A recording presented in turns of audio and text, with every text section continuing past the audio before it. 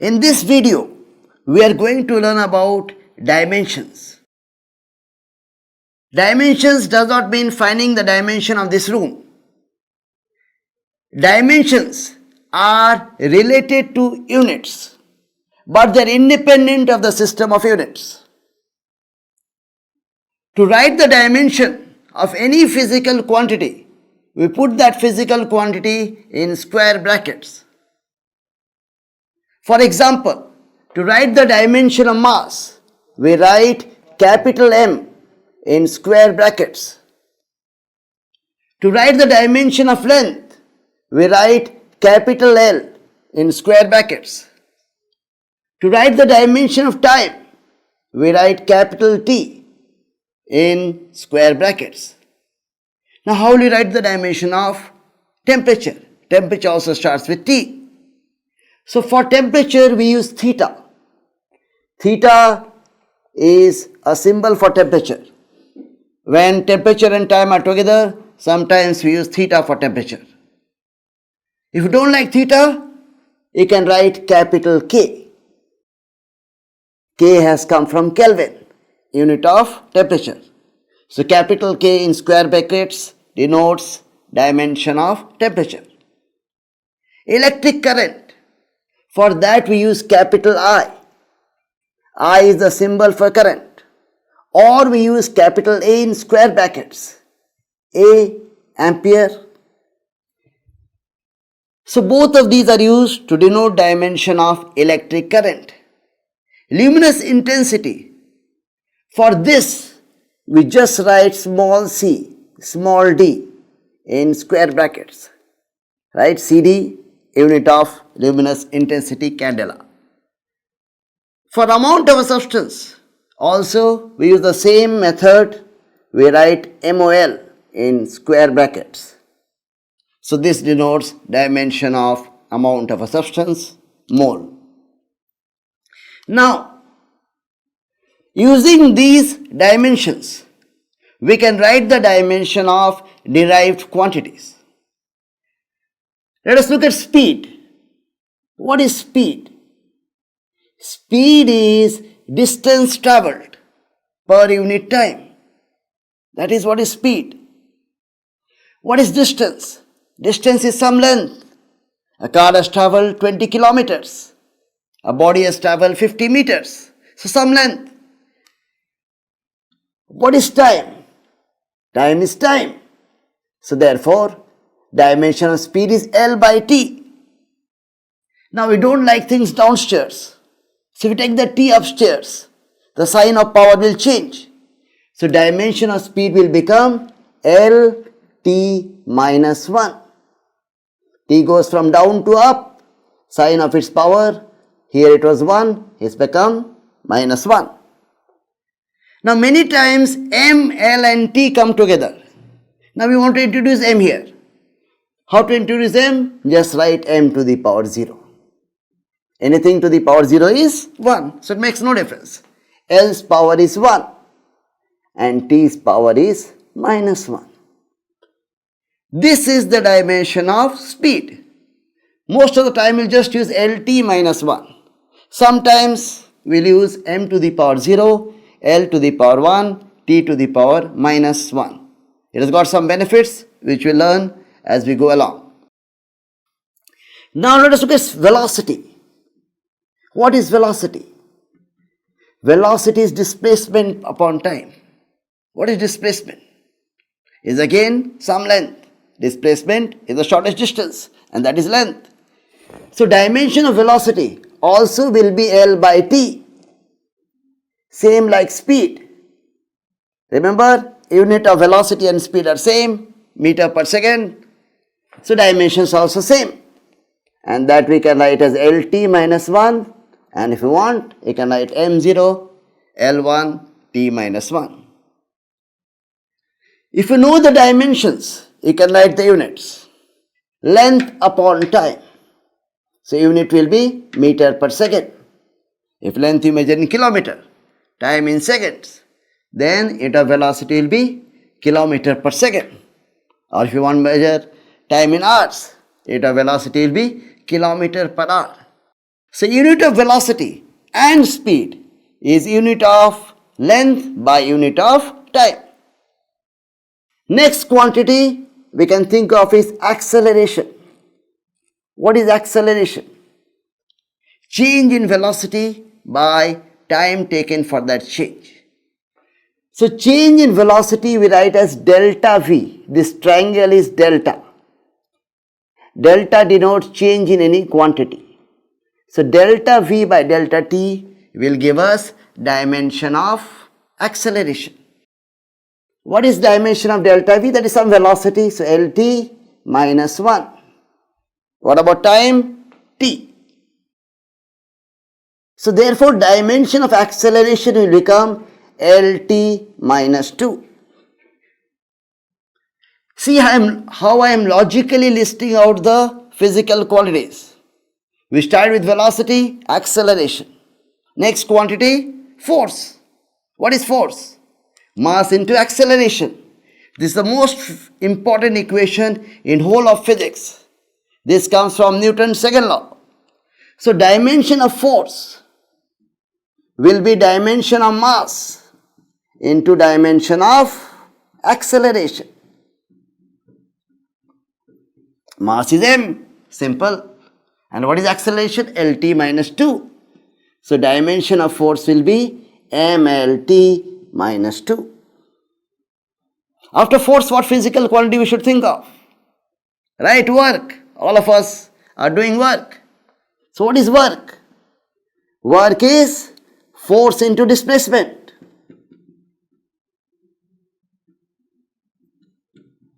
Force dimension is already here. mLT minus 2. And displacement is length. So it is mLT minus 2 is force. Multiply again by L, you get mL square. That is the dimension of work. Now you can think of power.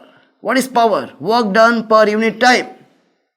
So what will be the dimension of power? Work is mL square T minus 2 and time is T. So it becomes mL square T minus 3. Next quantity you can think of is pressure. What is pressure? Pressure is force upon area. Force dimension already we know. mLT minus 2 and area is L square. So what do we get? M L minus 1 T minus 2. So this way, if you know the formula, we can get the dimension. As simple as that. And this kind of analysis is called dimensional analysis. There are many physical quantities like velocity, acceleration, force, momentum, which have got dimensions and units. These are known as dimensional variables. Some variables may be there which do not have dimensions and units. When you look at that, when you divide two physical quantities having same dimensions, then we get a dimensionless quantity. Example, specific gravity, also known as relative density. What is specific gravity? Density of substance by density of water at 4 degrees centigrade. Why 4 degrees centigrade?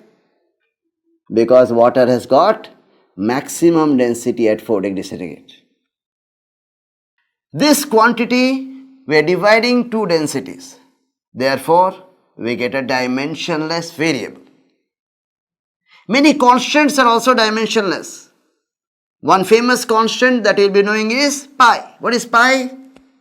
Pi is not 3.14. Pi is not 22/7 exactly. What is pi? Pi is the circumference of a circle by its diameter. Circumference formula you know, 2 pi r, and diameter is 2r. And if we divide circumference by diameter, we get a constant that is called pi. So pi is a dimensionless constant. Can constants have dimensions and units? Yes. Many constants are there which have got dimensions and units. One is universal gravitational constant, capital G. Capital G, universal gravitational constant, is a dimensional constant. This comes in Newton's law of universal gravitation.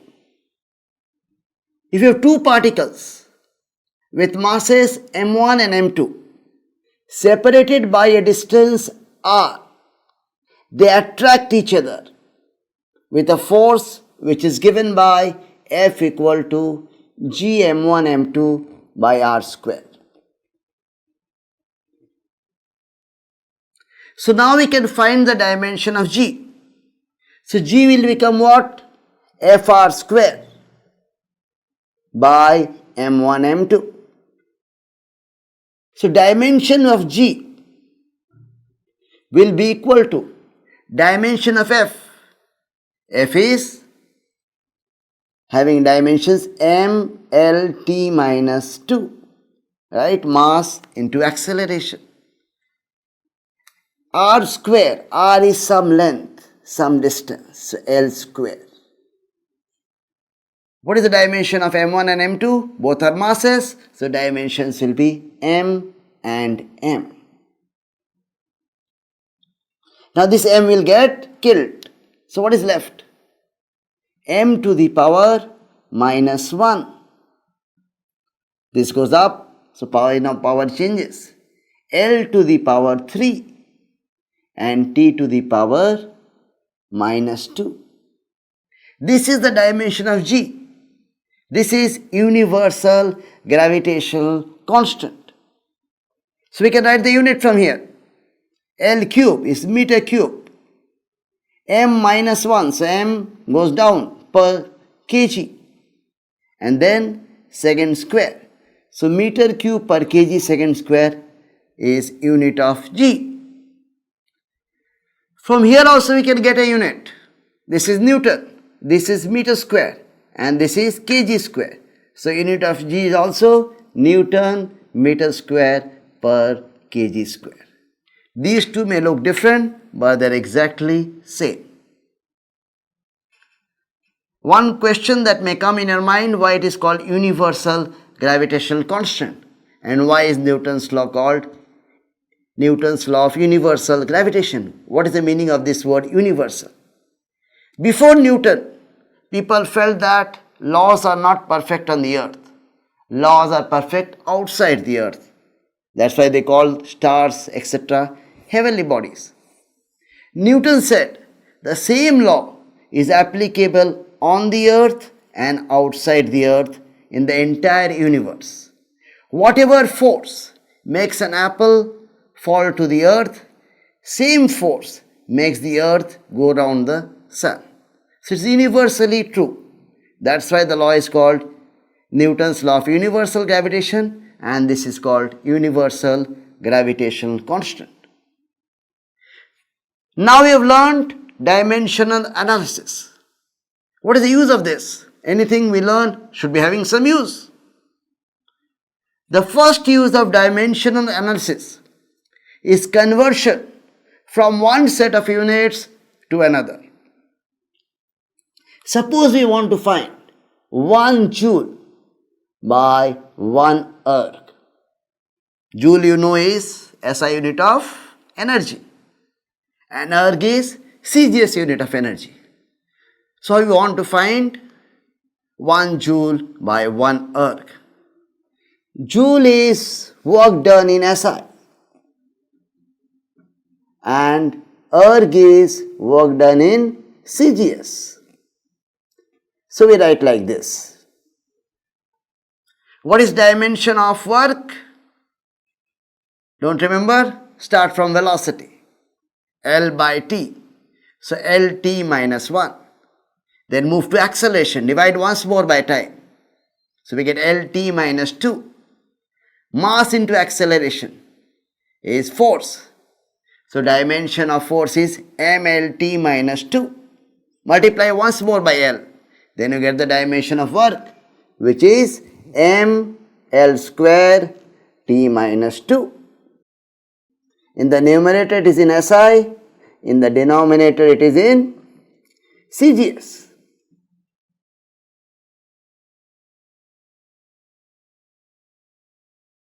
So what is the mass in SI? What is the unit of mass in SI? kg, right? What is the unit of length in SI? Meter. And this meter is squared. Length is squared, so meter is squared.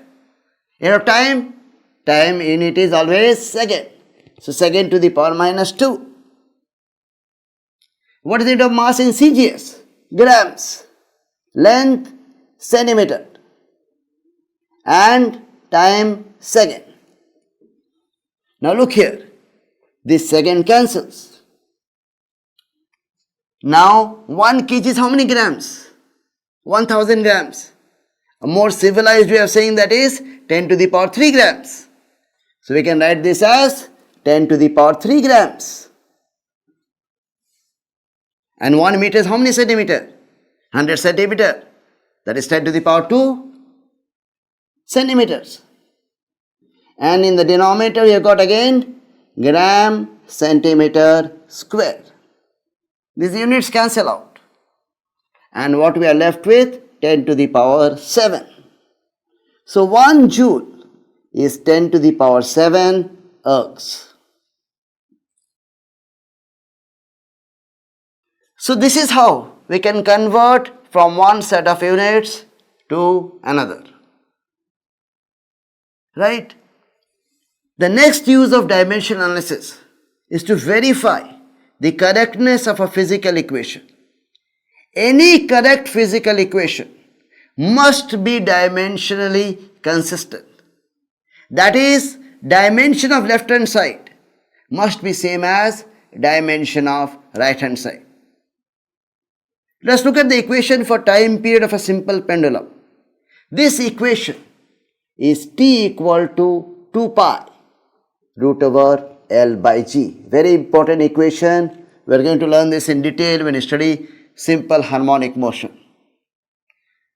So what is the dimension of left hand side? In the left hand side only one T is there. So dimension of left hand side is just T. Right? Time. What is the dimension of right hand side? Dimension of right hand side will be dimension of 2 pi. 2 pi is dimensionless. So nothing will come. Then dimension of length. So L. And G. What is G? G is some acceleration. Acceleration due to gravity. So dimension is LT minus 2. So L and L will get killed. This T minus 2, if you take it upstairs, sign of its power will change. So we'll get root over T square. And take square root of that, you get T. And look here. Dimension of left hand side is same as dimension of right hand side. Therefore, the equation is dimensionally consistent. Any correct equation, dimension of left hand side must be same as dimension of right hand side.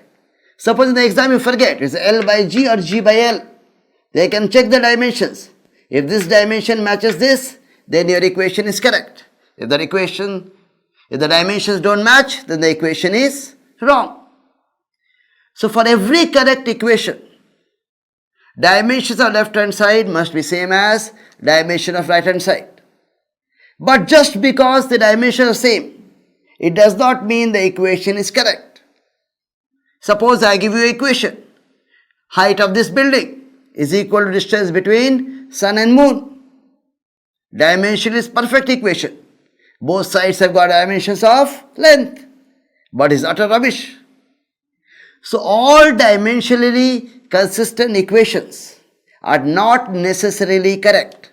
But all correct equations are dimensionally consistent. Understand the difference between these two statements.